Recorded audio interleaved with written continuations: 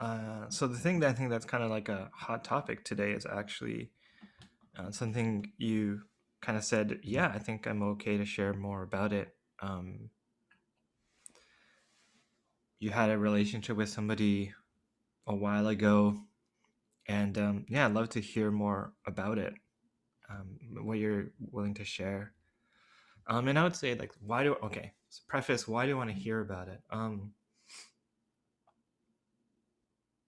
So like in the tea room and then on the podcast, we've been kind of really leaning into what is kind of probably terrifying, I think, and that's the relationship between knowledge and knowledge transfer and eroticism. And so the understanding that like when knowledge is passing through bodies, there's inherent eroticism there, which doesn't have to be sexual, but it sometimes may become interpreted in a body that way. The desire for knowledge might become a sexual thing, whether it's to give knowledge or to receive knowledge, right? And in the we're speaking here in 2021, and um, but when I started my practice in, let's say, even in 2017, right? I was embarking. I was 4 years younger, obviously, but pretty single. And then at that time, kind of my ancestors coming to me and saying like, "Hey, there's this hara work, belly work that I want you to kind of share with people." I mean, that's really what they were kind of saying. And instantly, I had this kind of like, okay, so I feel like it's kind of complicated because I was like, my whole desire was to be like a star and adored and be like a rock star. And and that has gone horribly. I think everybody's following me realizes that went really terribly wrong. Um, but Uh-huh. that's part of my ancestor's spell of like, hey, Tada, spread all this knowledge around belly work. And I was like, okay, this is how I'll be a star. But underneath that, this was a thing. So I think one of the big things about my work that takes place from my ancestral lineage is that using the belly as the main relational organ between you and another person. So if you have like a white Christian somatic sensibility, you're relating mostly through your middle dantian, which is your heart. So Mhm. that's a main relational center. Mhm. Or if you get into hyper masculinity, your main relational center is your brain or your head brain. But in kind of more indigenous animist cultures, there is a relational sensibility that's has a lot more lower body, lower belly Mhm. involved. And so I was starting to speak to people that way. And it's like, no, not about like, what is your desire? What would you like? And then seeing what comes from the belly, and then the relationship being a collaboration of our belly desires, Mhm. moving things around. And that's what I really noticed at the time about 4 years ago. And then right at that time, I was like, okay, so I feel like I really need to relate to people who use this paradigm, Mhm. because you can't unsee things when you're in your belly. Mhm. I think you have that experience, right? Like you can't unsee the things that you Right, you I had see. that experience in sex, like, that's how I accessed my belly. It was this, like, belly to belly sinking into a warm bath in good sex feeling, and that changed Mm, other areas of my life after that. yeah, you can't turn it off, right? Yeah. Yeah, exactly. And the thing that felt like really kind of nasty to me was that like, so I can't turn that off, that relational desire. And I looked around, there's nobody teaching this. Mhm. There's like people doing like womb work and like this kind of stuff, but belly relating, and Yeah. it's not just You were the it's first person I heard talk about that. And this was when I was recovering from like heart-centric, like erratic heart-centric, let my heart lead kind of behaviors and indoctrination really because we're inundated with messages about following your heart and such. Yeah, So so yeah, like that peaky, crashy kind of. yeah, Not that I don't not do that, but yeah, right, yeah, yeah, yeah. So like it really wasn't around, right? Like even yeah, 4 years ago. yeah. You were the first person that spoke to it so directly that I encountered. Right. So, and I think there's a difference in between people doing womb work, which is one thing, which is for like say, somebody who has Yeah, a womb, versus somebody saying like, let's relate through our pelvis and abdomen, like actually relate across. well, they're different body parts. They're just in close proximity. Well, I actually see the belly and the intestines and the sexual organs as one unit. Mm-hmm. And so it's like, like the brain stem and then like the brain, like it's Uh-huh. different hemispheres of the same Yeah, unit, yeah. intelligent unit, but it's like the idea of like relating using, relating to each other, relating to each other, going like, what would my belly want from this person, or what desire is there? Like that's like a slightly different orientation, especially because it's not necessarily gendered in a certain way, Mhm. because Yeah, everybody has a.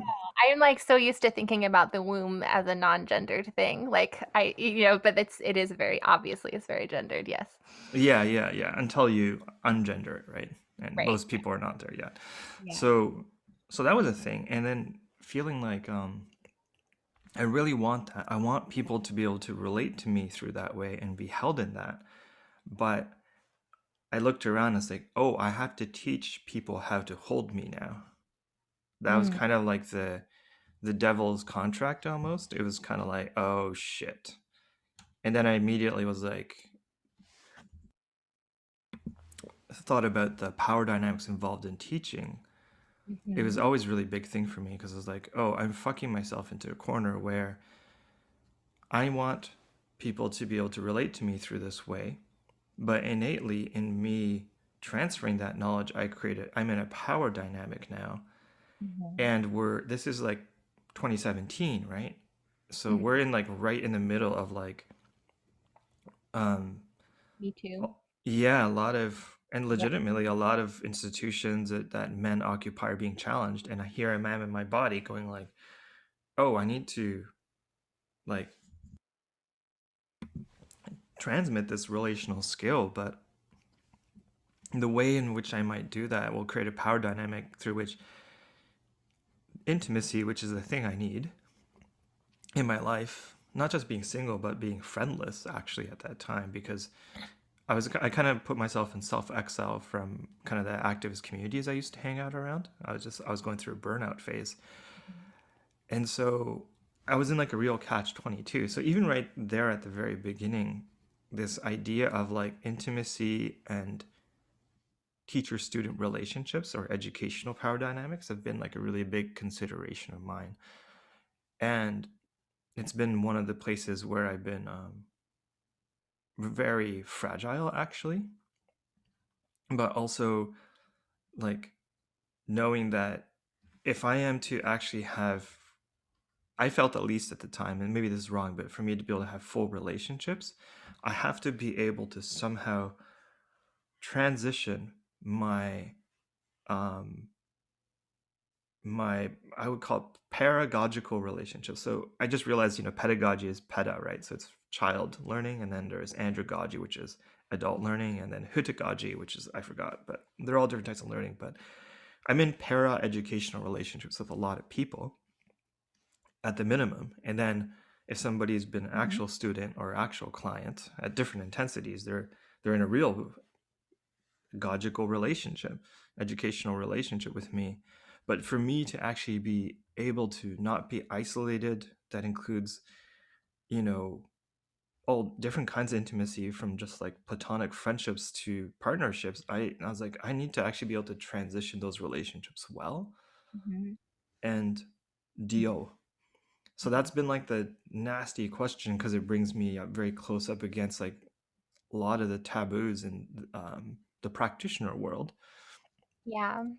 And at the same time, I'm watching a lot of people who run organizations, men, um, reveal like a lot of cult dynamics, a lot of exploitation of students, um, And that's been like something that's really been like hard for me to watch, and then me going like,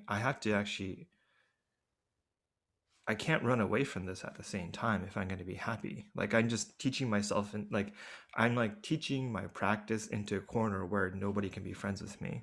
So that's something I really changed recently, with how I operate actually, and consciously actually reducing my footprint and power actually, even though I'm doing a podcast here, even though I'm running a tea room, it's a lot less like me blasting Right.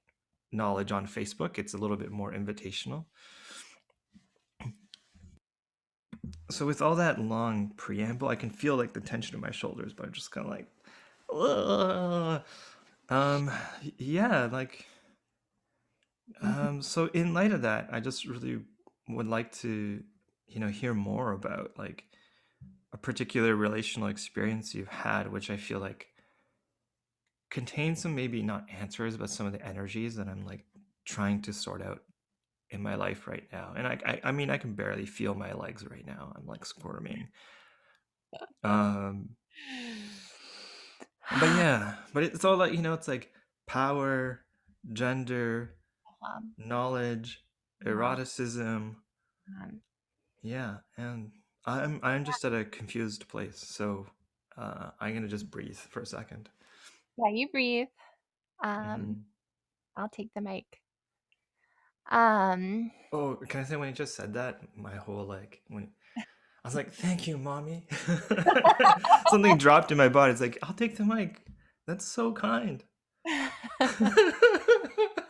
Okay. yeah. Yeah, so I guess I want to start my story with a little disclaimer. I I tend to do this. I tend to start most things with a disclaimer, and for a while I tried to not do that, but now I'm just rolling with it because it's just what I do. Um so the disclaimer is that this relationship that I'm about to describe, like nothing about it was really above board, but it was also not below board. Like I was in a relationship, a sexual romantic relationship with someone who is a practitioner of somatics, but they were not my practitioner. I was never their client, so that was above board. They were twice my age, so that was below board, but also I was 24 and a mother, as a single mother at this time. So I was, I had undergone sort of like the first stage of an initiation, and then this relationship pushed me to the next threshold. But I was in some ways uninitiated, and looking back, I think he was too, despite the fact that he was so much older than me. Um, so yeah, there's like a little bit of diciness there, and there were certain power dynamics there. And despite the fact that I wasn't his client or his student in any way, um, I was in this phase where I was absorbing a lot of like spirituality content, and I had bumped into somatics a few years prior, but I was still kind of in that like new like a honeymoon phase with all of that stuff. And I was idealistic and kind of like thinking that this would be the solution to all of my problems, So the fact that he was like this really experienced, knowledgeable person in that area made him really appealing to me. So there was some of that going on too, right? Like I was definitely idealizing. Um so I don't recommend entering into this relationship the way that I did. I went in blind. I like I said, I was a single mother, as recently single mother.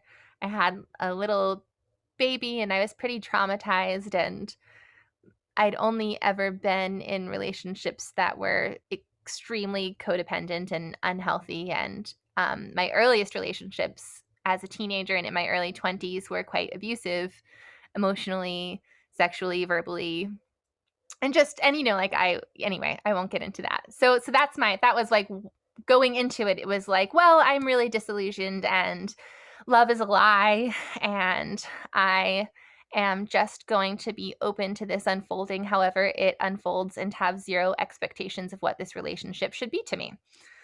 So that's how I went into it. It was sincere. I was sincerely like, "Oh, I'll just see what happens." And again, would not recommend doing that. I would never do that now, but that's what I did then. And what happened was we fell in love in a really intense way. I'm going to pause here in the story if you need to. Yeah. Yeah, I'm actually there's a few things I like. I guess there's a part of me that goes like, well, Alyssa, like when you say like I would never do that again, never should have, but I guess there's a part of me that's listening and going, but you didn't, neither of you knew better in the sense that you No, we said, did not know. We had no idea what doors we were unlocking. Yeah, we had no clue. It was hmm. very, very unexpected for both of us. Yeah, I think the thing that hits me is you said you realize you're both not initiated, but we live in a culture where people are not initiated, so you don't know that, Yeah. and he doesn't know that, Yeah, and and I had no concept of that really at the time, of right. not being an issue. I thought that I think like growing up I had some innate sense of that maybe, or maybe it was enculturated because every time I would hit certain milestones, like cultural milestones, such as bleeding for the first time when I was not even 12 years old. I was really young. I was like, Hmm. now I'm a woman. I have bled for the first time. And then again, when I became a mother, I was like, now I am a mother. I am really initiated. But I wasn't. Hmm. I didn't because I had I had no clue Hmm. actually meant, and I was just latching on to these cultural Right. indications of maturation and initiation. And anyway, yeah, so Well, actually, let's hold on there. That initiation piece feels really interesting because it's like I feel like I hear myself in that story because I'm not initiated, you know what I mean? Like I feel like more and more I realize how uninitiated I am. And um there's something about so I can hear myself in this person like not not yeah, not knowing and yeah, I just wanted to note that. Yeah, I can feel that. yeah, and I had to process a lot in the aftermath of this relationship about those power dynamics and what I had chosen and what I hadn't chosen, things like that. But when I recognized that like he was just as clueless as I was, and he was just as uninitiated as I was, and like really I held so much power in that relationship. That was an essential piece of my initiation, was recognizing that power and the power I had over him. And Hmm. um, now I try to be a lot more careful. I do this very imperfectly, of course, but I do try to be a lot more careful about how I wield that power. And, seeing that feels edgy because anybody who has studied rape culture knows that there's this piece where it's like the victim is told that she is responsible for the perpetrator's actions. Right, right, right, right. Right, but that's not what I'm saying. I'm just recognizing my power and my sexual potency and the fact that it has an effect on people around me. And Hmm. like just because I'm existing in this larger social, cultural, contextual story of female oppression and sexual violence against women as the norm doesn't mean that I can't be the one in the position of greater power in these dynamics. Certainly on like the individual, like personal pair bonded, in that context of like a pair bonded relationship, I can certainly wield power over. Do you know what I mean? Can you get into more specifics around that? Because I'm finding this quite interesting. Because for me, right, um, like without giving out too much detail of my personal life, I'm often in the situation that that your partner at the time was in, like older, Uh-huh. more the perception of being more learned because I'm just saying words and I've studied something, and Right. um, right. So I sound good, and and I look good even in the sense of like I can do some things. Yeah. You know, I have ability to counsel people. Like, you know, like I date straight, and women are just not used to men having any of those skills at all. Like being able to listen, you Yeah. know, like being able to hold you, you know what I mean? Like even have a basic Automatically placed on a pedestal just for like a baseline of decent human behavior. yeah, and I'm kind of yeah, and it's really like even having a consent conversation. You're like, ah, and it's like, shit, no, that's like minimal human behavior, I think. Oh, I I know. know, and it's like I'm not criticizing any, but it's like so that happens in and of that on its own, and I'm usually older. Um, I look young, but I'm older. I'm like 43. Um, and everybody who's around me who comes towards me has been reading my blog and eating up my stuff, right? Like including like I don't know, I'm talking to you and you're you know, you're younger, you've been reading my stuff. Like, you know what I mean? And like there's a real thing that happens there, and at the same time, yeah, I kind of go like I don't want to it's like but I also wouldn't bring people close who don't understand the way it's not my work, but even just the way of relating that comes through it. And it's not just me, of course, there's a lot of other people in this network that we're developing all these things together, but I've been a very central person, and so it creates this weird thing. And I mean, it is dicey, right? Because there's an element of like you almost get to create your ideal partner through that dynamic. Like so like just looking at this looking hold on. well, I what feel like I'm no, like waving a red, like what I'm thinking of is waving a how flag. Shush, I'm waving. in a relationship with like, this is such a stereotypical thing. In a relationship with A... an older man and a younger woman, part of the appeal for him is like, oh, here's this blank canvas.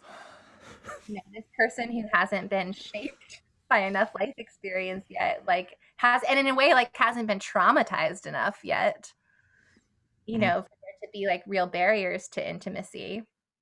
And it's like this, it's like for an older uninitiated man, it's like this opportunity to go back in time and experience a purity in relations that maybe he wasn't capable of in his naivete. You're calling me out so hard right now. I don't mean to call you out. No, no, I'm no, saying no, no, no, no, no. But okay, I'm gonna put how something out my there. Okay, opinion hold on, one second. I'm just gonna put out a caveat for myself because I think it's really important that part of the thing I'm struggling with is the gap between I am a knowledge beacon. That's kind of how I function mimetically in my nervous system. There's a lot of crystallizing of ideas. And the reality is in life and my life skills, I'm not at the place of being an initiated person. Um, but because I think because I'm male and there's such a lack of men with any skill that my semblance of something Mhm. becomes like something really idealized where I can't survive in such a and I'll come back.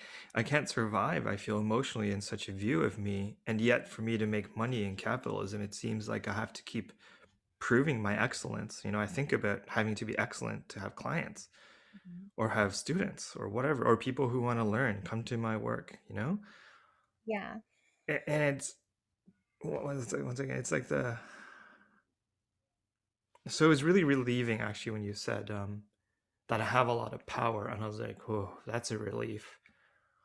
Well, I'm leading back into that. I'm leading back into that. Yeah, I think that's what you're doing. I think you're fucking with me. I was waving my white flag and you just kept ramming on me, No, and it, I'm doing the opposite of calling you out. I'm actually leading into a place of like great empathy for your role. okay. Okay, and I'm just gonna also notate that like when you said like about like getting to molds, oh my God. The one place where I'd say that's actually true, and I'm not gonna say that is true. I think you're selling a great fantasy, and Mhm. um, Yeah, I don't think that's what you're actually doing. I'm just speaking to like a broader pattern and dynamic and like thing right. that is actually part of a very intricate thing. But anyway, I do. One thing I would say that I get. Hmm. One thing I would say as a narrative is of people when you said people who haven't been traumatized. I think that I don't think that's something, but for me, but I definitely there's something about somebody who hasn't gone through like a heavy certification program. Yeah, that was, I shouldn't have described it that way because obviously I was completely traumatized. Like the whole point of this story is that I was a trauma fest. Like Right. But somebody in this same way, but hasn't been molded by impurity, I yeah, think is a real thing for me when I yeah, look at somebody, in the sense of people who are not yet, because I feel a lot of questions about how should I get trained in the work that you do, and I'm kind of just like, uh, I feel a lot of people going like, should I go and do a master's of counseling? Should I get a master's of social work? Like people on the verge of that, and this is a real thing, and it's not actually always, I mean, it's hardly always eroticized or sexualized, let's put it that way, but that is something about me feeling like, oh my god, okay, before you go and do that, consider these things, you know and there is something that I think attached to a mhm, little bit romantically, not like love romantically, but romanticism, like to somebody still yet hasn't walked through the threshold of putting themselves through a process that would really, make them beholden to an association as a practitioner, yeah, like those master's programs and stuff. Because, as you know, like, for example, Dare or, other people, like, they didn't go through that. And I barely went through that. And I see, like, oh, actually, we're a lot better practitioners for having not done that. yeah. But also, there's probably a Mm. little bit of like those institutions would have been a poor fit for you, and in a way wouldn't have had you, right? So you're just a bit like, fuck you, institution. Like, Sure, sure, sure, sure. maybe the institution wouldn't be that way for another person, like just because it kicked you out and like you're the witch. No, but I'm saying, like, like I have people who are like already, super psychic, super witchy, come to me all the time and go like, what should I do? It's like, well, you're gonna be reading books for 4 years, like, and you want to do somatics, just think about that. Think about, because you have to usually untraumatize yourself after education. I found a lot of people.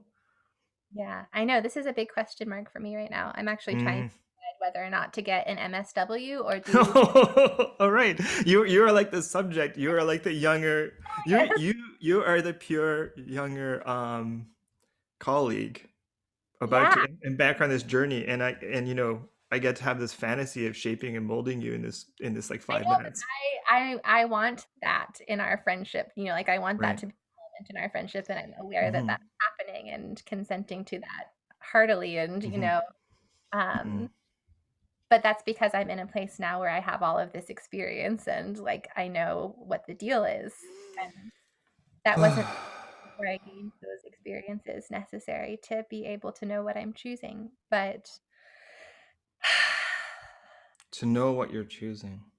yeah, to know what you're choosing is really important. But of course, like you can't know something that you haven't experienced, and that's just part of the messiness of this. And you know, Mm. in a perfect world, we would have real elders. Yeah, not like me, that's for sure. Yeah, you're not an elder, and I don't. Huh? Sorry. Yeah, I Yeah, I definitely love it. expect you to be an elder because you're not. Um, Mm. but yeah, so that was a bit of a. I mean, I feel like this is a whole other conversation, right? Like this question of like traditional and or like conventional and unconventional training, and then to what's at play in that dynamic where you're drawn to somebody who has yet to go through a training. Like, is that predatory? Question mark. Wait. No, I mean, I don't mean that I'm drawn in the sense of like, well, no, I mean, it's not like I'm drawn But sexually to every person who's going through that. there's an appeal. There's an appeal to like a person who hasn't. I don't know what we're saying when we use the word purity. I guess I'm feeling aware that there are people listening to this who are like really triggered by that word and like, oh. Right. I'm Well, like backtrack a little bit. I'm trying to protect hmm a little bit because I okay. don't want people to perceive you as being predatory in any of what you were just talking about. Yeah, no, I mean it's for me like there's a layer of people who come to me and I'm just like, yeah, da da da. And then I've definitely had people who were dates and at that intersection. Like both have happened. I've had, Yeah. folks who are at that intersection. And Yeah. considering and and a big part of me is like, what actually happens is like actually what the thing that happens for me is like, please choose me. Oh yeah. Yeah, I could As see in that. as in like because I mimetically represent the kind of wild way of learning that's Yeah. kind of like open source and you just fucking Yeah. do the silly things. That's kind of like I feel like I represent that to a lot of folks. And then so that moment where there's that question of like, do I choose a more kind of, I guess I would say like orthodox path versus a path that's more like um slapped together, without needing to, like, I am actually certified, but I mean I don't function as a therapist really that much anymore, but um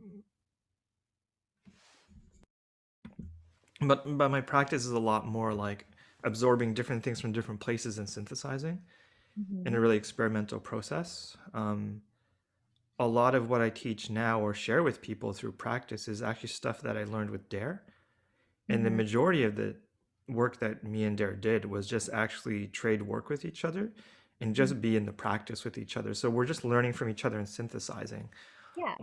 Dare was my teacher. Dare was my therapist at one point, and also I was mentoring them or coaching them on their business stuff. And they were my TA, and then they became a business partner, a collaborator, and it's like we've had a really wild relationship in terms of the different ways we related, and been transitioning, very like kind of like sometimes like chunkily, sometimes smoothly, but um, what am I saying there? I guess like I'm such an advocate for that kind of wild erotic learning Yeah. to be real, so that definitely happens for That's me. totally above board as long as everybody knows what's happening, you know? That's really it's really that simple. Like in this relationship, the relationship I've been talking about, like again, like neither of us really knew what was happening. And so before I even actually before I even met him in person, though, I Hmm. encountered some of his content like represented through art basically through memes like he like and um I like What do you mean his artwork? You saw his artwork? trying not to reveal too many details because I know that people potentially listening to this who know me like could Oh, probably okay. talking about.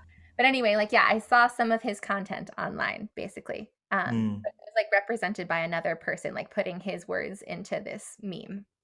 Oh, like literally. Him. Yeah. And I was like, wow, like I really like what that guy's saying. Like I I was totally like crushing on him before I even met him. And so that was definitely part of the attraction. And then um at the time he was like this like he represented like as good as it could get in a relationship and Mm. like way out of my league. And then to discover throughout the course of actually being together that he kind of felt the same way about me, or that like I had all of this power in the relationship, I had all of this power over him, was really like power. I mean, whoa. Mm. Like talk about an initiation. And it was so sweet. It was so sweet how like I was having this deeply healing experience because I was essentially being loved for the first time properly, you know? And something we can, I think, just talk about here is that like I feel like it's can you talk maybe about like how that loving was experienced physically? Yeah, so it started we would just I mean, okay, so there was like getting to know each other, talking, connecting intellectually, spending time with mutual friends and family. We like each had young kids, like potlucks, social gatherings. Okay, so there's all of that, like kind of, I guess that's in the realm of courtship. And then the relationship started again from this place where I was like just going in with complete openness to see how it would unfold naturally and had zero expectations for what it would be. Hmm. And we would just lay together and get really present. Like for weeks and weeks we were like fully clothed, it was very tame. It was just like laying in bed breathing. Mm. And he would, okay, let's see. At a certain point in the beginning stages, he would say things like, let's just get used to each other. Let's just get used to like how Mm. I want to figure out, like, I want to get used to how you feel and smell and, like, I know, sexy, right? I mean, that's probably like, whoa, right? Like, no dude has ever said that, right? Yeah, yeah, Yeah, yeah, yeah. No, I get it. Yeah. yeah. And I was like, impress him. So I was like tapping into like my ability to get more and more and more present and more and more and more embodied. And we were doing that together. And then there was like this shift, and he was like, oh shit, I think I'm falling in love with you. And he was like, it had been a really long time since he'd experienced that. It had been years and years. Mm. So he was a little thrown off balance by that and was freaking freaking out a little bit, but I was thrilled. Hmm. But and then we just like continued this like gradual descent. And yeah, so for a really long time it was just like laying together, breathing, holding one another.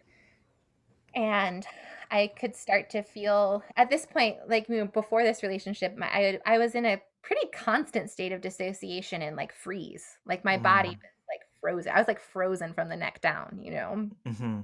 I mean, periodically I could get out of that, but Mm. most of the time I was frozen from the neck down and like inching my way out of that.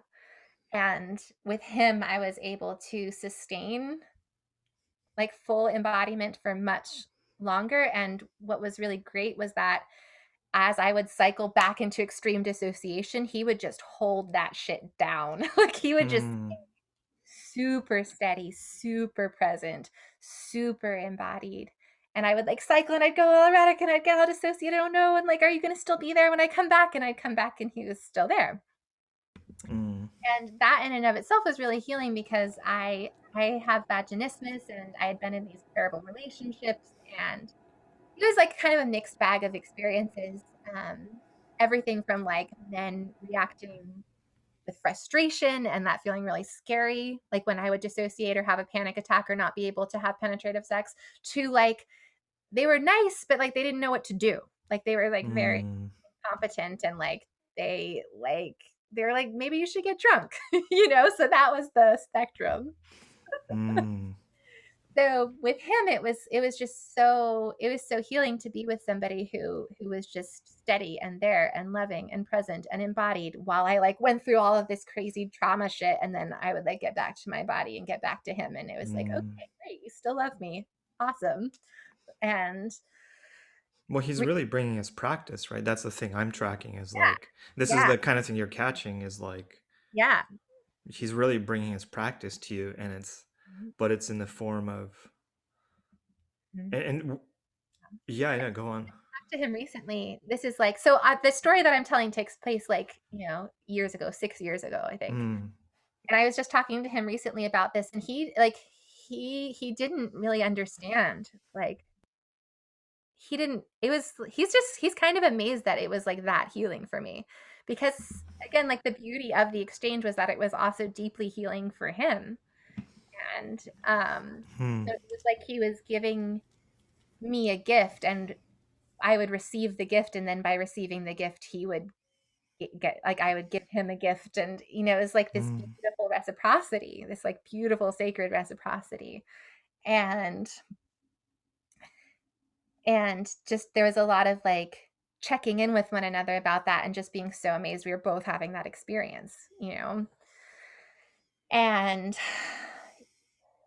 so yeah, so my body began to thaw, you know, we would like share space together in bed in this way and like just for hours and hours and hours. And he would just, like lightly touch me, like rub along my arms or my back, my lower back and legs, and just like worship me, just like Mm. reverence. And it was just felt so good to be touched like that, and with this like endless capacity to give in that way, and would say things like, I'm just admiring a beautiful work of art, like don't mind me, like I'm just like I could do this all day, yeah. So you cannot like I mean to be Mm. treated that way after just kind of being with like other traumatized people Mm. was really really something. And I one night I felt my stomach unravel. It was like there were these little fireflies in my belly, and they like unraveled and started flying all up around. Mm. And I started writing poetry the next morning, and like just poetry just started pouring out of me at this time. Mm. Um, because there was no other way to capture the experience I was having. It had to be, Mm. and um but we were also like intensely romanticizing the experience. Mm. Mhm. Mhm. Mm. And making it a little bit about like our wounded stories about how we had never had like real love, and now we did. Mm. Right? So we got really really identified with that story, really caught up in it in a way that was not healthy given the circumstances of that relationship, which I'm not going to talk about in this podcast. But there were certain circumstances that made that level of romanticism kind of irresponsible and ungrounded from reality. Uh, Mm. but we were so caught up in it, we were just like, this can't be wrong, and then of course that's just like added this element of romanticism, Mm. like star-crossed lovers a little bit was part of that. So then like we continued the descent, more hours in bed like this, and then it just became more and more sexual, more and more erotic, but it was always within my threshold, like within my capacity. And there was never any pushing beyond that. He was like super tuned in to like where my threshold was, and had like he had zero expectations too. He had zero attachment to outcomes. He had zero. And part of that too, he would say like part of that was because of his age. Like he was just too old to be a horn dog, basically. Like he just like didn't have that kind of sexual energy anymore. He was in his late 40s. Like he said that like, in his 20s and his 30s, that kind of sexual energy was like way more intense. And for me, it did feel that way at times. But for him, he was pretty chill. Like he didn't like need to fuck or anything. It was like, so again, it was very pure in that way. And again, I have vaginismus, so I couldn't experience penetrative sex of any kind, and I actually never did in this relationship, but in the one after that I did. So this kind of like brought me to that next threshold, and then I took myself through it in my next relationship. But with him, I just soaked up like that safety, and like knowing that like he knew where my capacity was, and he would never push me beyond that. And yet I kept unwinding and unwinding and unwinding and going deeper and deeper and deeper into my sexual capacity and potency, and got to like have reflected back to me just like he was just in such awe of that. He felt so honored, and to have that reflected back to me was so healing. Like, oh, this is a like this really is a sacred thing. This really is a valuable thing. This is something that should be cherished. um yeah, that's a far cry from like, if you think about just like standard dating culture that we inherit. All of us are like little lost, traumatized, pot smoking, porn watching teenage selves, like, jacking off in our parents' basement. Like that is this, that was the world I was coming from, into this like sacred, space and into a space where I had only ever read about it in books, right? Like I had consumed all of these spirituality texts and romance novels and things. And so like I knew intellectually like, oh, my sexuality is sacred and I'm supposed to be cherished in this way, but I had never experienced that. And now I was experiencing it. It was so amazing to realize that was a real thing that happened in real life. Um, and it was every bit as romantic as the story said it would be. Um, should I pause here? Yeah, you can pause there. Um,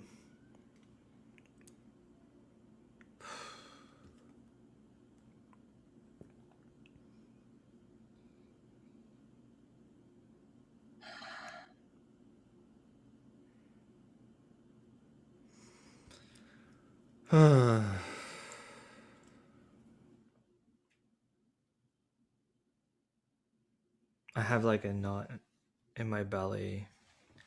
I just want to. I can feel like elders on my shoulders just going, now, now.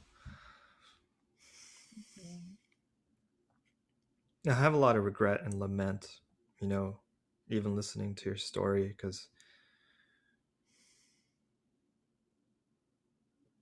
so there's a few threads. Um,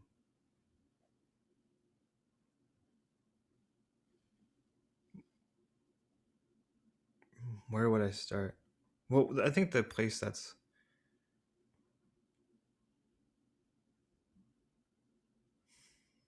I mean, you said your lover was an initiate, and that's probably really real. And also, like, I definitely have something in me of like, oh, I wish I was I was more like that. Mm. Um, that feels really gross to say, but like,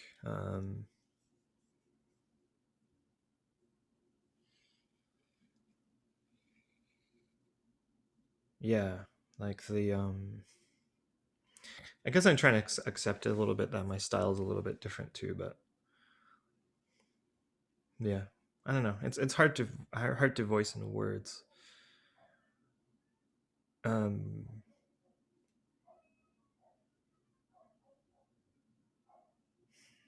I mean, he was really letting me lead. He was showing up for me mm, that I needed, and I was showing him inadvertently what I needed, and he was just there for that. That's why he like when I talked to him about that experience, he's like, I wasn't really doing anything. mm, Um, because yeah, I was just in this intensely erotic healing experience with myself, and he was just really present for that.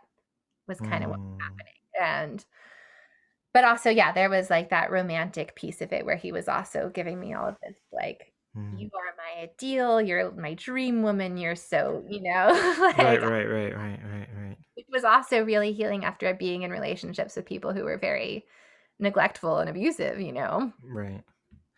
Um, but yeah, essentially he was just present for my unfolding, and he had the good sense to recognize that that was a really privileged place to be in. And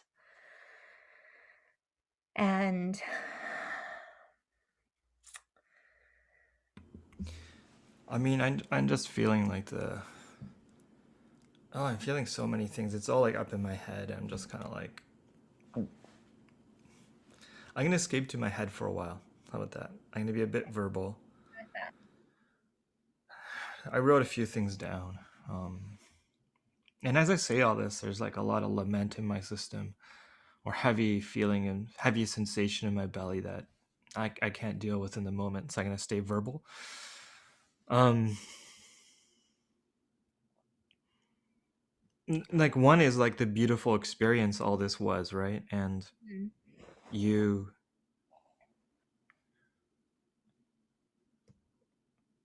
okay, even rewinding, like, I think the thing that I'm really sad about for myself and other people, um, and I think I realized this just really recently, it's dawned on me because um, when I approach intimacy, I think I'm kind of like more like a prodigal child.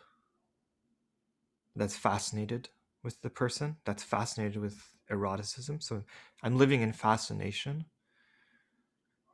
There's not there's less of that adult who is monitoring for everybody's well-being.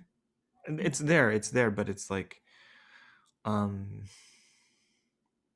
for me a lot of my child fascination, it's not evil, it's not menacing, it's not like trying to wreck things or anything like that, but there's this like a child that's playing. Mm-hmm. And I think often for me, like I've found that what happens, I think even in myself it's hard to differentiate between like the child, though, when they're playing might look like an adult Mm. because they're enjoying the holding of the space, but they're really in the fascination. They're driven by fascination, you know what I mean, as opposed to like hedging things in and being wise. Mm-hmm. um so I have a lament because I feel like for whatever reason, I'm a sensitive genderqueer kid with apparently a powerful energy body that I'm not aware of, and I have psychic phenomena that happens that I don't really understand. But Mm-hmm. I have, I had this. I, at least some. I'm trying to like deal with the fact that I guess it's apparent in my work too. Like I have a lot of buttons to push. Not like maybe triggering people. I mean like literally like, hey, this button over here. Woo! What happened? Oh, there's a flower over here that popped out. Let's see what do we do with this flower. Oh, there's a fairy inside. Hi, fairy. Oh, Right. there's a fairy kingdom. Like that's how my brain works. It's like doing all this stuff, and it's probably quite potent. And it even might look like there's, or I mean, there is an adult there, but they're not an initiated adult. Yeah. And what I mean by that is like the ways in which I learned about sexuality and eroticism, nobody told me that sex is dangerous. Yeah. Nobody told me that, like, when people talk about the risks of sex, they talk about STIs, like use a condom, da da da. They talk about that stuff, right? Um, and that's supposed to be my initiation, right? Right. Yeah. But nobody told me that that my partner would access millennia of trauma in their body when I touch them, Mm-hmm. just really ping, and it's Mm-hmm. going to be really beautiful. Mm-hmm. You know what I Mm-hmm. mean? And it's going to be so incredibly mesmerizingly beautiful when you touch into that. Mm-hmm. Mm-hmm. Nobody told me that, and then the porn wouldn't tell me that. Even like the night, even like the ethical porn won't tell you that. I mean, You a know? lot of people haven't experienced that too. Like this is, it's such a mess. It's such a mess out there. It's, because then so it's like so many of us were taught that sex is dangerous or given codes for sexual repression, and then there's the pushback too, which is like casual sex, free for all, sex positivity, woo, and like that is also traumatic as fuck. And Hmm. that's kind of it. Like that's the whole scene. Yeah. And then there's like, I guess there's also like kind of like standard like Eurocentric courtship Right. practices, like, let's get to know each other and then get married and then like have really boring sex for 20 years, or like go to therapy and like try our best to have a good relationship and buy lingerie to spice things up a little bit, and like that's it. Like that's the whole playing field on that level of reality. And like, Right.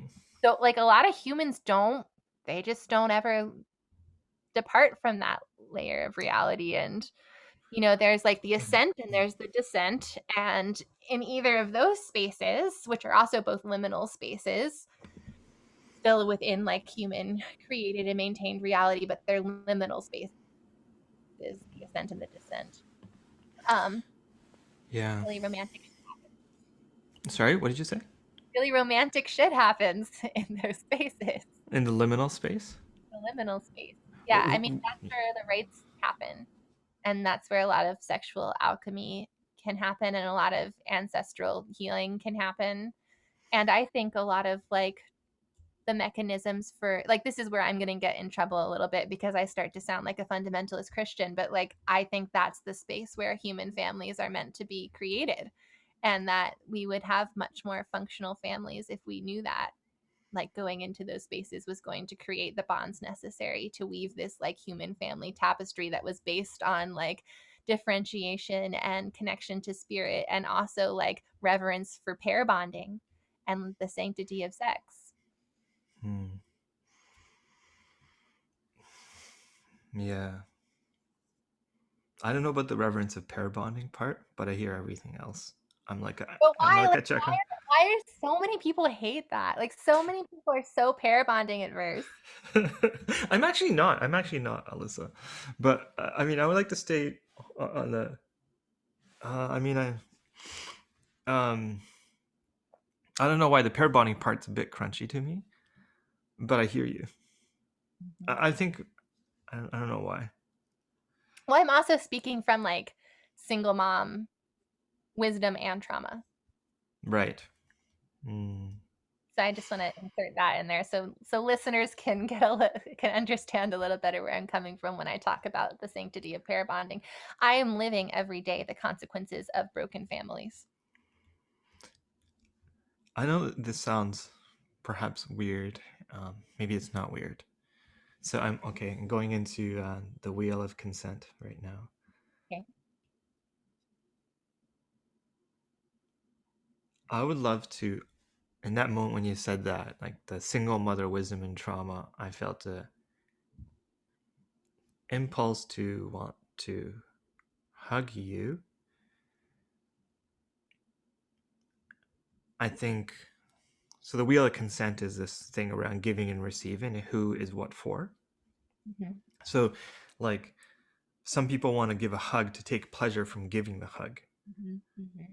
And so when somebody wants to derive pleasure from, so when like when you want to give the hug, um, and take pleasure from giving the hug, and the other person doesn't know, other person is thinking, oh, this hug is supposed to be something I enjoy, Mm-hmm.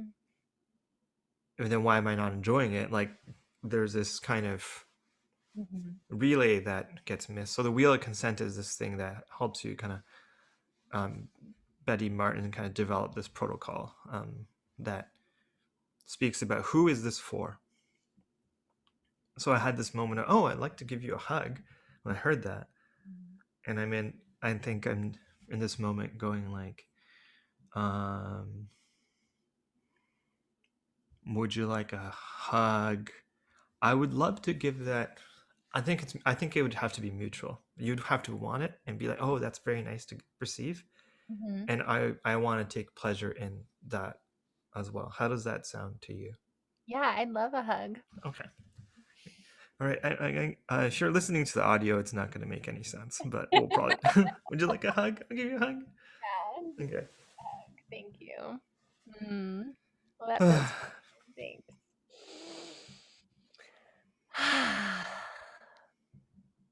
Mm-hmm. Mm-hmm. Yeah, that feels really good, but also I'm okay. You know, I'm okay. Wait. What's happening? What's happening? I'm just like reassuring you a little bit, like it's fine. Like I've been a single mother for a really long time. Like this is You can just take the hug, Alyssa. Would you like to I take know, the but I really am. I really like well also hug? I guess I want to like allude to the fact that like yes, I'm like living the consequences of broken families every day, but also like you know, you can always I know that you can always reweave that tapestry and it's fine, you know, Mhm. like we can it's not like broken beyond repair. Yeah.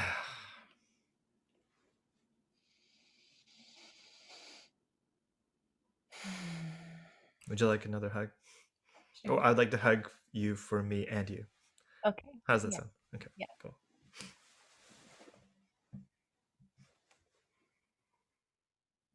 Hmm. Hmm.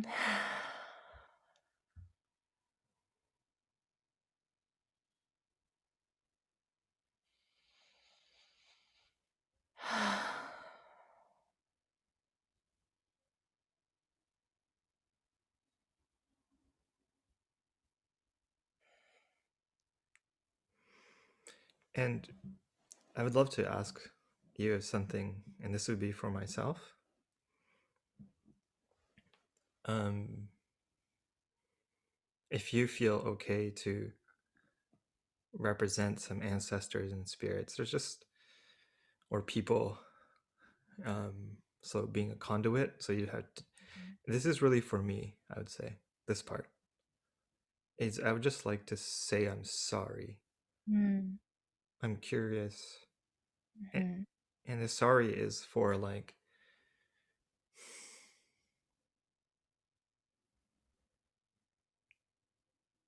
yeah, I mean, the sorry is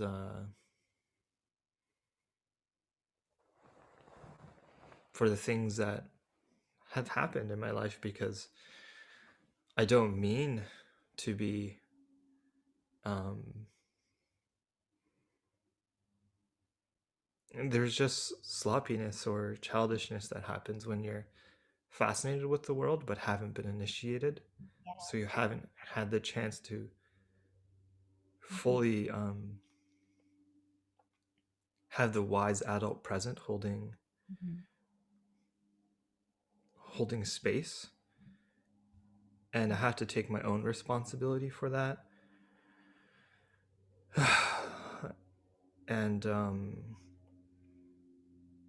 like, yeah, I was never taught that sex is alchemical, and the ways in which I've been like, I can do consent, but it's like muggle consent.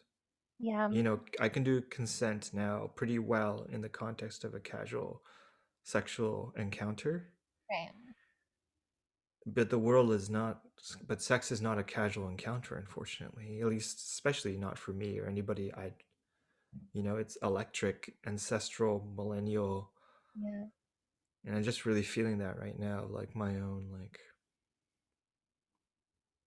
I don't fully blame myself in the sense that there's a social context, but I think there's also, maybe I'm also saying I'm sorry on behalf of larger beings than myself too. Yeah. Yeah.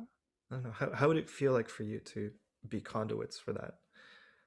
Yeah, let's do it. Let's do it. Are you getting something out of it? Do you feel Yeah. like, or like, yeah? Yeah, I am. Okay. Definitely. Okay. So I would love to hold you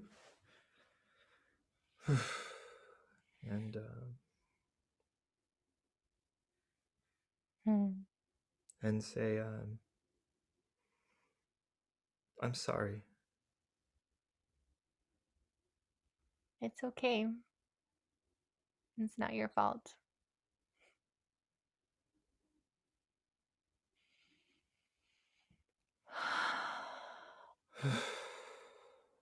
Yeah, someone should have showed you. Are you bombing me? Do you want to hug me then? I'm 100% sincere.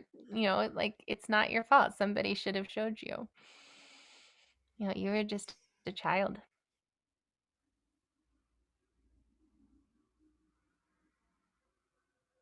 I don't expect children to be grown men. I want to be held by you. Would that be okay Yeah. for myself? Yeah. Okay. Mm.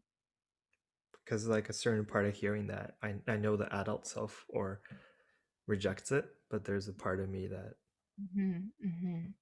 allowing myself to surrender to an adult Mhm. is actually the thing that I really resist. So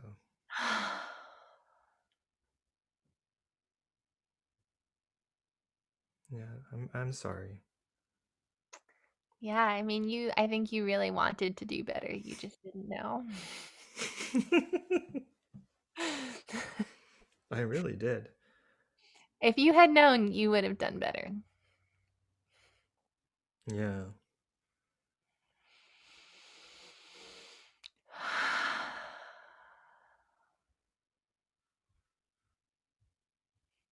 I think you care a lot. I really do. Yeah, you care a lot.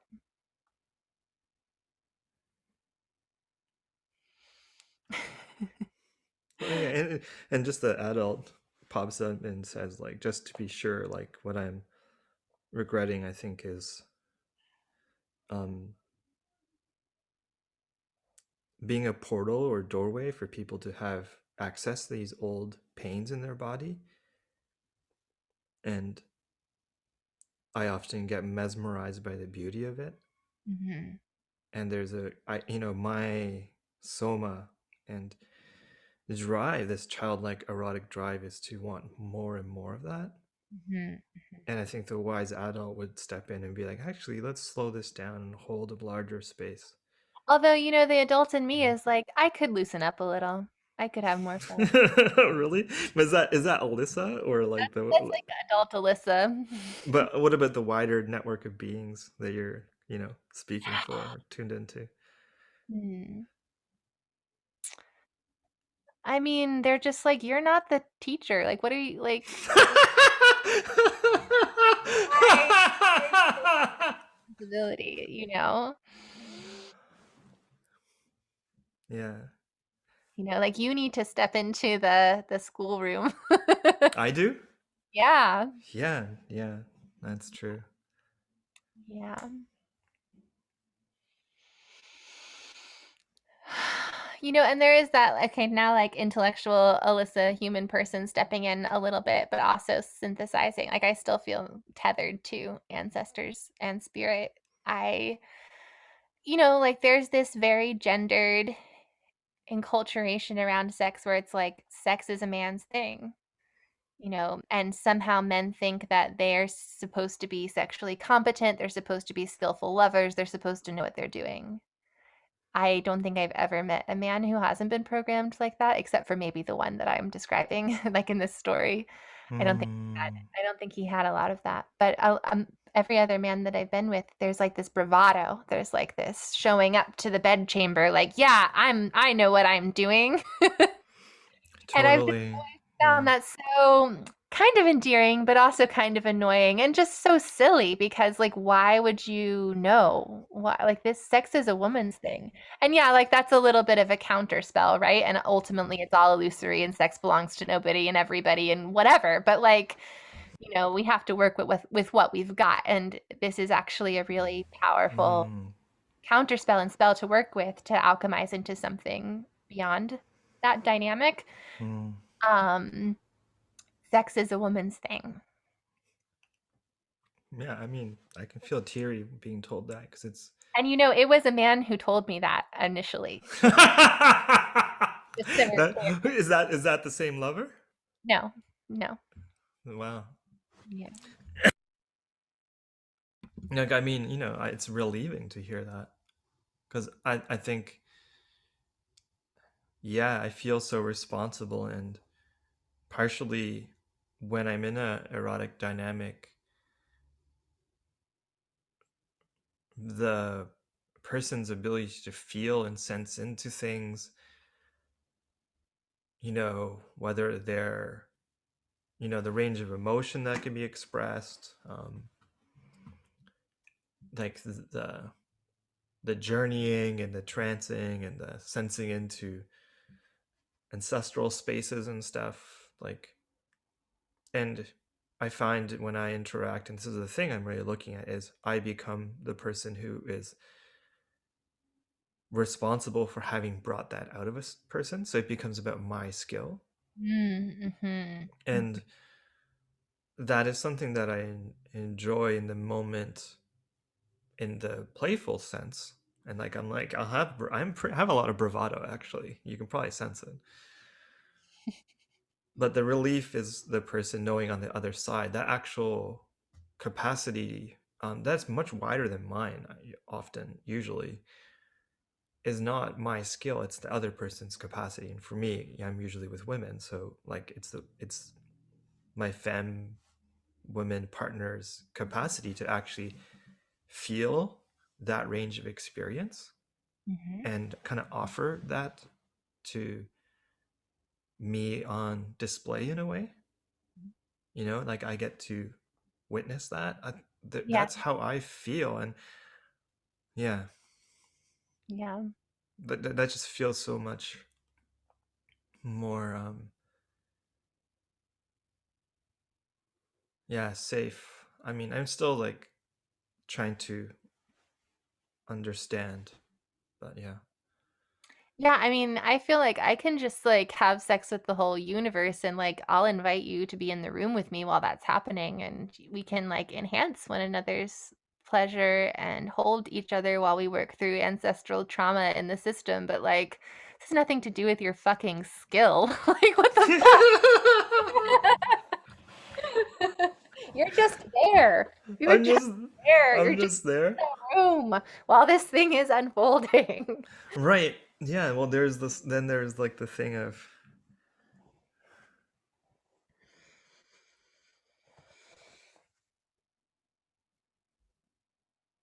hmm, I'm just I'm just here. I mean, it requires like a certain toolkit, like a certain level of skill, right? And you can take credit for that. like Right. like you have to be Yeah. capable of some level of embodied differentiation and also like playful merging and also Hmm. improvisational, dancing with energy and also like yeah, like they're yeah. I think something that I think I noticed today, the wise adult says like that understanding, it's really important for me, um, as my life and professional and personally become a lot more queer in a Mhm. sense. I think did I already talk about my interest in sex work On today this podcast, on the podcast itself? I don't know if you said that so directly. Okay, whoops. All right, well, whatever. Um, well, okay. I don't know what's gonna make it on the recording. Um, yeah, well, where do we start off? Wait a You second. started off with a long preamble, remember? And you did kind of talk about like, oh, how do I like I've got these students and this like how do I transition these relationships? Mm-hmm. I don't have any friends. I don't have any friends. And you can't go back once you inhabit your belly. There's no turning back from that like gut centered way of relating. And for a time you were like Mm-hmm. one of the only practitioners talking about that and teaching that and like hey Mm-hmm. like it's all heart centered, let's be gut centered, or it's all head centered, let's be gut centered. Well, yeah, I guess like what I'm thinking about is I really don't know. I did a solo recording yesterday, and I talked about this a little bit, but I really don't know where my practice is heading. In some ways, I feel like really queering healing as a practice takes us into weird places of the Mhm. how knowledge is circulated within a community. Yeah, I think that's a fundamentally erotic thing, it is. actually. It It is, right? is. And the more gates of the gatekeeping you lift, the more erotic energy flows. And that's what a lot of people are scared of. That's what a lot of people are think, Well, and in you should be scared of it. You should be scared of it. You've talked about this in the other tea room too, like it is mm, it is dangerous. yeah, it's Right. very yeah, you really can't just play around, like everybody Right. has to know that. Like that's also the baseline is like yes, it's fun, but also like this is serious. This is a big Right. responsibility. We have a big responsibility for this energy and to one another in the exchange and all of it, to the community that we're creating to, and the babies that community wants to create and it's a big deal. Yeah, I really feel into that right now. It's like that it's and I feel like the impossibility is kind of like not opening those gates. Like, like doing the thing that's scared is actually the most dangerous thing. The most dangerous thing. In the sense that it maintains a lot of the current systems and structures we're dealing with that are oppressive are about created from that gatekeeping. There's a lot of management of erotic energy between practitioner and client, let's say, that's explicitly created Hmm. because it's such a taboo, and it's actually kind of horophobic almost, because if you look at if you actually look at sex work as on a continuum of all healing and somatic practices, then you start to see that really um, these gatekeeping mechanisms around certifications or whatever are Mhm. or the things that people with MSWs and stuff have to go through to Mhm. protect themselves from, Mhm. um, is really intense. It's really, really intense. It's like if you see a client, you need to run away from them at the grocery store. Like that's kind of like the stuff that's get taught to you. Yeah. And I do think those things are quite harmful when you look down the line. It's really not, it's impossible in the sense of like, I know, totally. But then you've got the other end of the spectrum, which is just like new age snake oil salespeople who are like starting cults and having sex with, the members. Like, like, so right, that's right, completely dysregulated. And then maybe like MSW world is like over regulated. right. I almost understand like the overregulation and respect it more than the other end of that spectrum, because Interesting. I mean harm occurs in both ends of that binary, but like the harm that I see occur in like totally dysregulated, anything goes, Hmm. self-proclaimed messiah world Hmm. is like, I mean, that's why there's gatekeepers. Like that is why there's gatekeepers. Right, right, right. And but it is a little bit like, I don't know.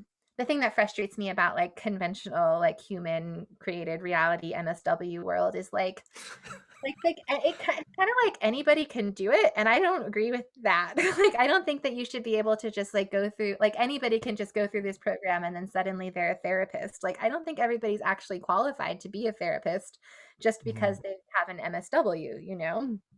So I don't know. I just feel like there's no, yeah, like in my fantasy world, it would be much more like Jedi Padawan kind of situation. What's a Padawan? Like an underling, like a Jedi in Right, training, right, right. So, and like they go out and they like select people who have promise or who have. I'm not like that big of a Star Wars nerd, but they have some. There's some indication that they're a Jedi in their blood, hmm, and they in the Force, like revealing that to right. Jedi's. And they select these children and they bring them to the temple and they're training and they study under a master for enough years. Anyway.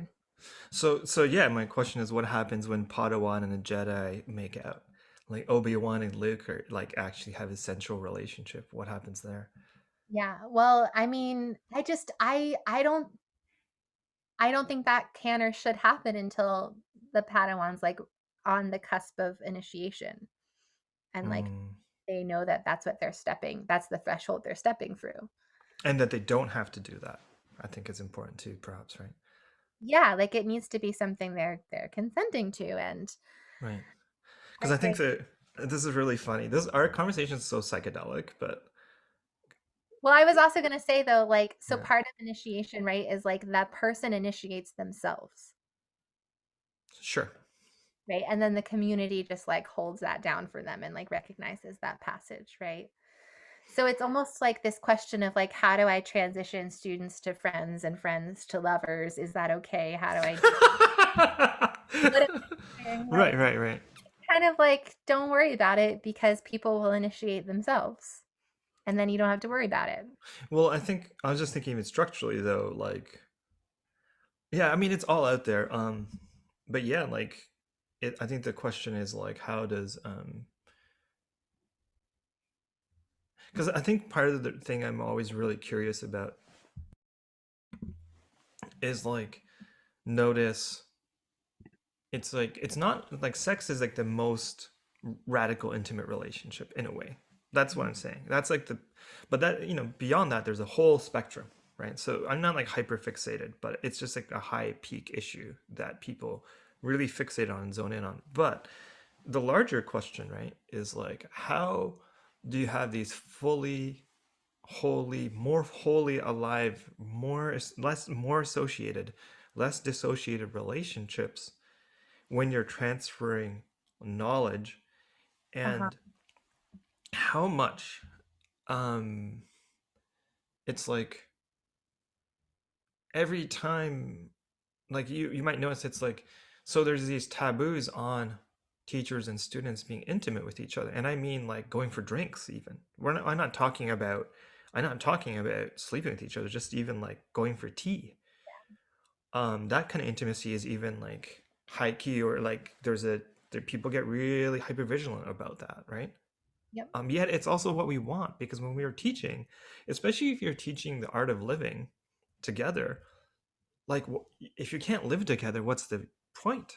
Like it becomes self-defeating for a lot of us, and especially I'm not an elder, so that's a huge issue, right? And Yeah, well, okay, hold on. Pause for 1 second because I just realized I'm late for a red tent meeting. So let me just say I'm running late. okay. Like part of the problem is that like all of this work is not supposed to be taking place in the context of like professionalization and monetization of professional identity and skill set. Mm, right. This is really just humaning, and this is the kind of work that we would just be doing in close-knit communities and families. And um you know you wouldn't have weird shit like you would still have some of those dynamics of like people being placed on pedestals and whatever, but it wouldn't be to this extent. I don't think it wouldn't be so crazy and there wouldn't be so much risk involved and so much need to or perceived need to mitigate risk. um yeah, I mean, we're just talking about humaning. We're just talking about humaning, and it's just so frustrating to me that like this is the playing field we have to work with. It's like getting certifications and making money, and I don't know, websites. I don't know. I just like professional identity feels super super uncomfortable to me. This is part of why I've never managed to like be a to make any money doing whatever it is the fuck that I do. Um, yeah, I don't know. It just feels like, I just want to be like, can we just all run away together and be friends somewhere and like figure this out together and just, can this just be a non-problem? Right. Well, I mean, the tea room is kind of that space that, or like that experiment for myself. I don't know if it's for other people, you know, that is kind of the vibe of like, I think we're at a different precipice of how healing is done, though, for sure. I think there is something underneath that I'm struggling with to articulate. But, well, one Yeah. thing, oh, hold on. One thing I did want to say, hold on one sec. The, the piece around the initiation, let's say, like, what if Padawan has sex with a Jedi, or have a central, like, what if Obi-Wan and Luke have a central relationship? And you were saying like the Luke would have to be in the place of sovereignty in passing a threshold. And then I'm hearing like, oh, where cults really have a problem is that they make the membership and approval contingent on having that central relationship, which is not okay. Like Mhm. as a power structure, it's not okay. So I feel like I'm just thinking about like the different things and reasons why like the things that we usually tag as reasons for why these kind of professional educational relationships, why can't they be more queer, is usually hinged on some kind of like kind of problematic exploitation in the first place or something. I don't know what the flavor is of what I'm saying, but it's kind of like Like the uh, price of entry is your personal sovereignty, like your self sovereignty, and that's really problematic. And also, it's almost like the cult leader in this instance wants to get all the credit for the initiation when that's not how initiation works, you know? right, yeah, exactly, right, exactly. And I think it's so easy to get triggered in, but I think it's hard to deny that like Jedi's definitely had essential educational relationships with each other. Mhm. You know, it's like a time honored archetype. I think that's like part of the boogeyman is that as much as we're trying to protect ourselves from that reality, I think people had intimate like that's one of the number one places where you could learn an embodied art. It's through an Yeah, erotic central relationship. thing where it's like you're supposed to be celibate, like Jedi are supposed to be celibate. And Or so jet? Oh, really? yeah, like that's why it was such a drama when Anakin fell in love with, um, yeah, Padme. Oh, Mhm. ew. Yeah. Yeah. I want to see the Star Wars where Obi-Wan and Luke make out and then Luke's, force just like jumps through the roof, Because that's the real story. The real story. Yeah. That's the real story of Jedi's. Well, yeah, I don't know. That's an interesting piece of the puzzle, right? And that like in these tradition there are so many different cultural traditions and legacies where celibacy is part of the path. Well, celibacy can be erotic too, right? Let's just be real. Right. Right, it could be like a self-erotic practice. I think that's Well, yeah, and also yeah. just it's like acknowledging that that's like it's dangerous stuff and you can't just be like Hmm. fucking around while you're studying like deep esoteric arts, you know? Right. Well, I was gonna just say though, like for myself, I know like my big mimetic jumps, like in my life, where I made big mimetic jumps, jump to the next stage of understanding how the world works. There's almost always been some kind of intimate, erotic, sexual relationship behind it. Yeah, same. Yeah, and so I'm like still the student of Eros, Yeah. regardless of what people see on the surface. Yeah. It's like me integrating alchemical information through an intimate relationship always, and it's even from my mistakes in that, my failures in that, but it's still a alchemical process that I'm actually going through. So I can't even. I've definitely been. It's like without naming it, I've been the students of people I've dated. Like I Yep. have been. Like that has been teaching me, and so it's kind of already there. I think is kind of the reality as well. You Mhm. know. Yep. Yeah, Hmm. that's why I so often circle back around like it like when I hold on, I gotta plug in. Um this conversation has turned a little unwieldy. Okay. Well, I mean, from our first, So that has to happen at some point if we're gonna keep talking about this. Um what plugging in your laptop? Plugging in my laptop and peeing. I have to go pee. Okay, let's go pee. Okay, I let's gotta go pee. pee. So it's starting again. Yeah, so what sometimes when I'm like I can't remember exactly what I was going to say. It had something to do with how sometimes when I'm swimming in these waters, I'm just like swimming and looking for an island, or it's like there's this problem I'm trying to solve. This very, very big problem that needs to be solved. And often when I'm in that place of ruminating about like the problem, how to solve the problem, there's a problem, I gotta solve. It's like, I think like it just has to be done in a romantic sexual partnership. What? Wait. I think I was like, we went. I felt like you just like press the hyperdrive button. So Oh, like, sorry. So so yeah, when we you were have a problem in your life. no, like this problem of like Hmm. not our culture not understanding that sex is an initiatory experience and Right. sexual alchemical reality. Right. And the only way to figure that out is by being in a situation.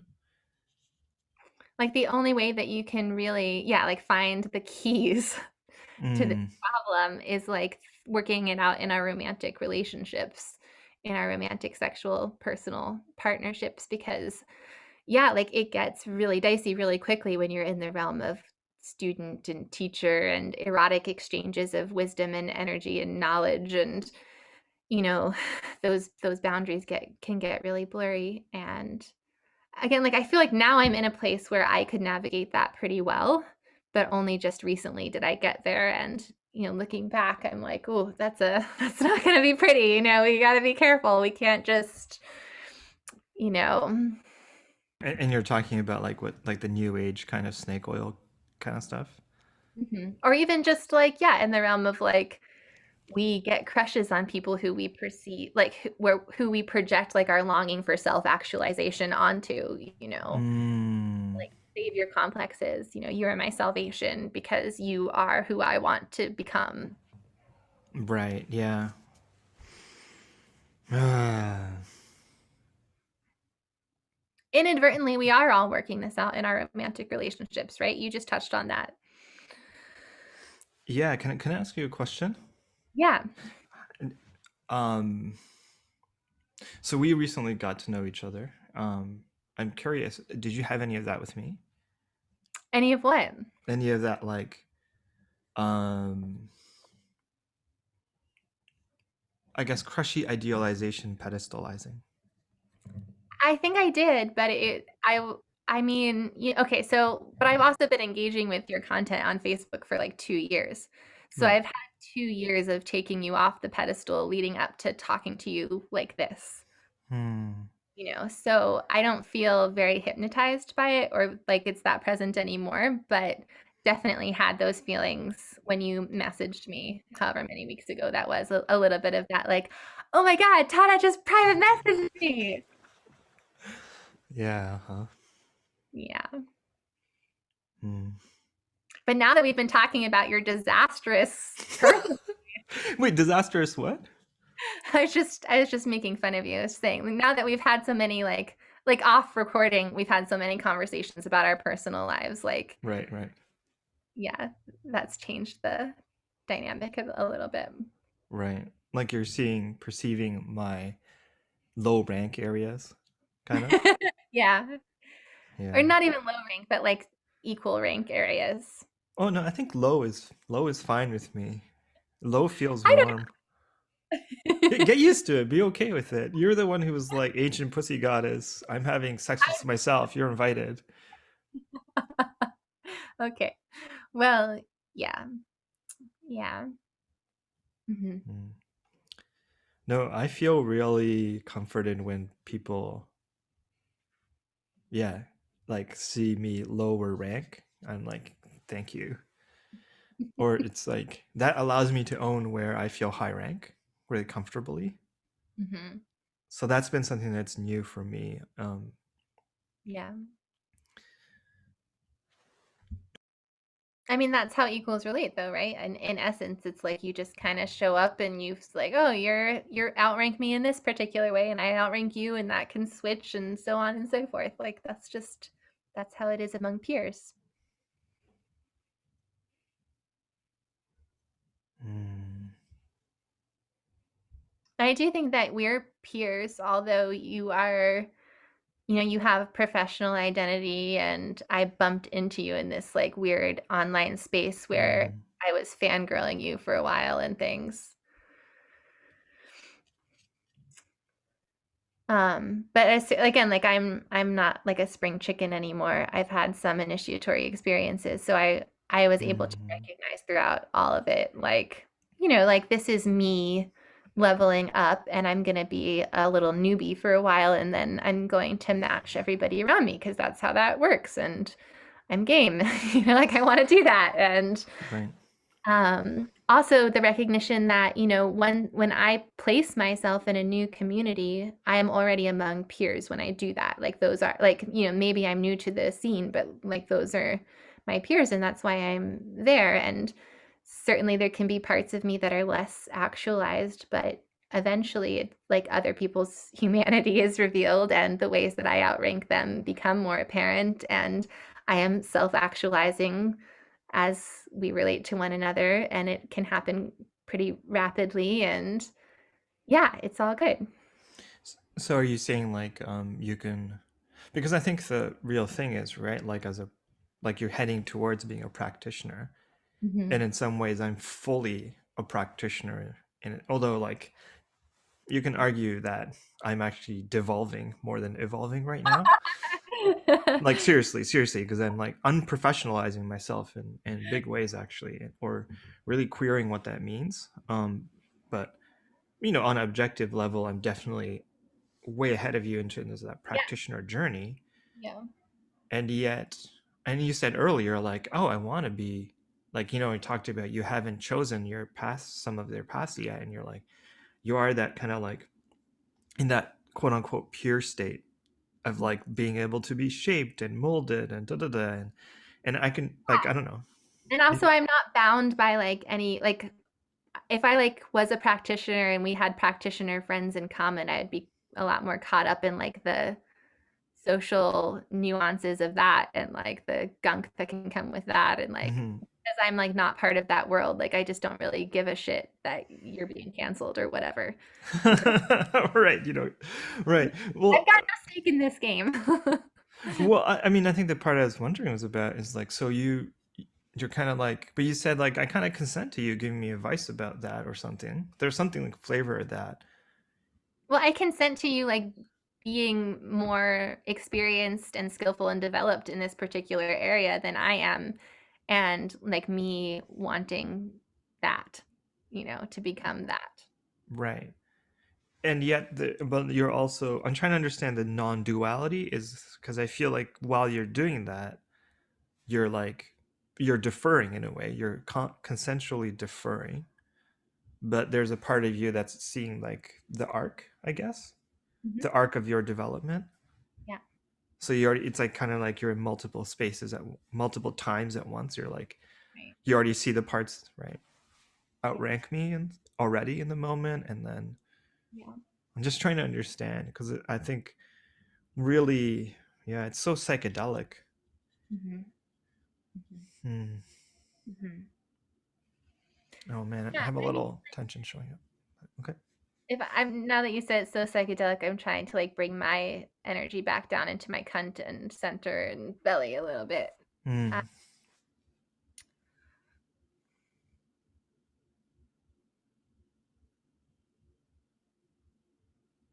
I don't know. It's like being with you does actualize me, right? Like because you've actualized certain parts of yourself that I haven't actualized yet, or like to a greater degree than I've actualized yet. Just simply being with you, simply being friends with you, hanging out with you, like ushers that part of me Hmm. towards greater self actualization. And then, so like I recognize that. I recognize that that's happening, but also like that's me, like I'm very clear that like that belongs to me, and like we're already peers and equals and it's fine. Yeah. It's not, this is just how it works. I have to have that sacred reciprocity in order to like believe in that part of me, in order to like fulfill Hmm. that potential. And like it's nothing personal. It's nothing that I don't need to idolize you, and I also don't need to belittle myself in that knowing. You know what I mean? Yeah. Yeah, totally. It's hard, you know, because there's like, yeah, that makes me totally feel safe. And maybe this is a natural place to end our recording, but that makes me feel really safe. And then there's the like that hint of the arousal of the erotic and the slightly threatening, the slightly dangerous place of like, um, but we also like the power differential. It's like, whew. Mhm. And it's a real question. I've been having a real question about, you know, this is also a question about kink and all those other things, right? It's like, yeah, who, like they're both important. That safety of like, Mhm. right, that safety you said of like, and then there's a little spice. It's like, oh, it's not so equal. That's kind of cool Mhm. because it's actually that inequality that creates the. Maybe this is one way to think about it: is that when there's inequality or imbalance, and you Yeah. let that imbalance, you lift the gates, Yeah. then the alchemical reaction happens where the imbalances starting to sort each other, and that's the kind of Totally. Totally. sexual process. Not drawn to you at all if you were like, you know what I mean? Like I would just find you boring if there was Right, like that imbalance there. right, and here too, going both ways. Yeah, if that didn't exist, Yeah. Yeah. yeah, if that imbalance is not there. Yeah. Well, I think then the question, you know, for me always becomes like, it's interesting because I'm masculine. I'm also a high crystallizer of knowledge. I Mhm. create concepts out Mhm. of kind of the unconscious, collective unconscious, create branded concepts and things. And so sometimes when the person's interacting with me, they might become unclear how they're feeding me, Mhm. you know, because the ways they feed me are actually probably especially when I'm interacting with women, femme, and non-cisgendered male people. It's like it's actually what I'm receiving back is actually really Yeah. subtle. I mean, I do have a sense of that too. Like I feel very Mm, secure in my identity as like a crystallizer as you described it. mm, That's why I feel totally okay with the fact that you're like more developed and actualized in that area than me because I recognize your skillfulness because I'm doing the same thing, right? So it's just like anything else, like yeah, you have to like play the instrument to really recognize someone who's good at it. but do you feel like the places where, like, not just you, but even just the tea room community in general, how it's feeding me energetically? Do you have a sense of that? I'm curious. I do. I think I do have a sense of that. Yeah. Yeah. Yeah. Because it's the same way. It's kind of like the relationship between the performer and the audience, right? Like the audience gives the performer energy and they vibe off of one another and that sacred reciprocity can happen there. It's a little bit of that energy. Right. I guess I'm even trying to move it even further down from performer and audience to like, Yeah. I feel like I'm a fountain, but does the water know that it's feeding me? Because the Hmm. water looks at the spout of the water, like coming out of the fountain's mouth and going like, "Oh my God, I want to be you," but you're already the water, The you know? level where your audience is like gonna have some awareness of that because like to anybody else you would be completely inaccessible. Hmm.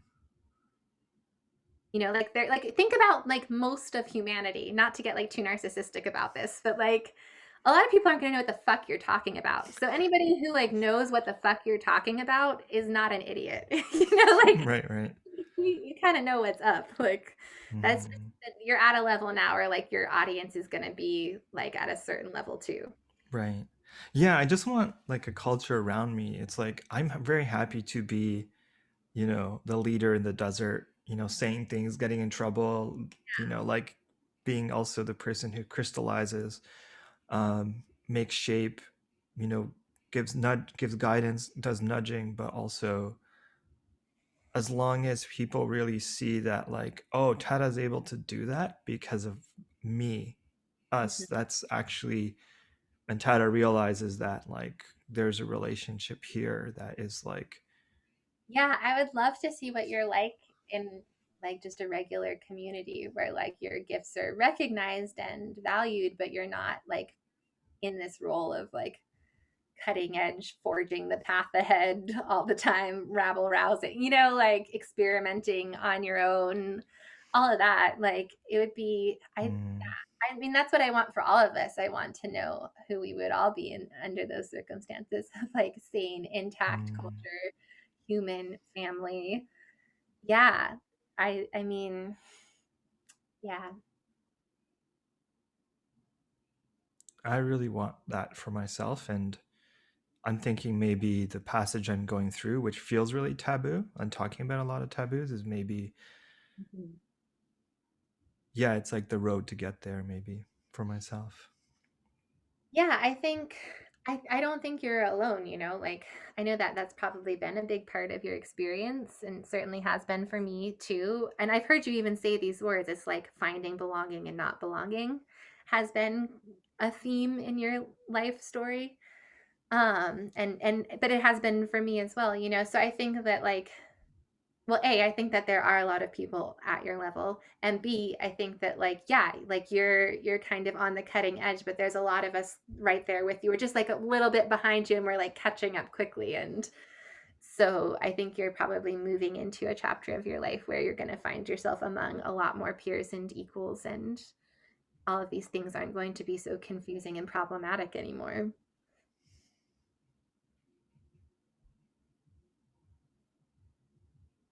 Can we give each other, how do I phrase this? Like, I would love to receive a hug from you. Um, or I'd love to hug it out to close the podcast. Yeah, let's check it out. Okay. And it's for me, it's mutually for each other. Mhm.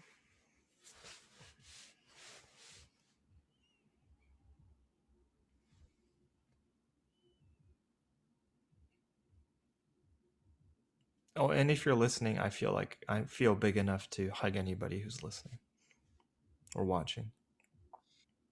Me too. Yeah, hugs all around. Hugs all around, especially in a pandemic. Yum, yum, yum. Mhm, mhm.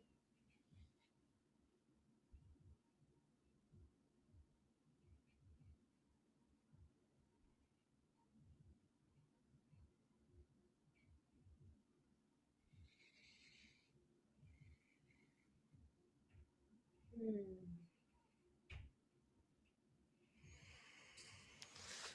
Okay. I hate to dine and dash, but I gotta go sit by a river with some other bleeders. Late for my other date. Well, thank you for sharing your bleed with me. Yeah, yeah, this is fun. I hope you actually release this one. We'll see. Have a good one. Bye. Bye.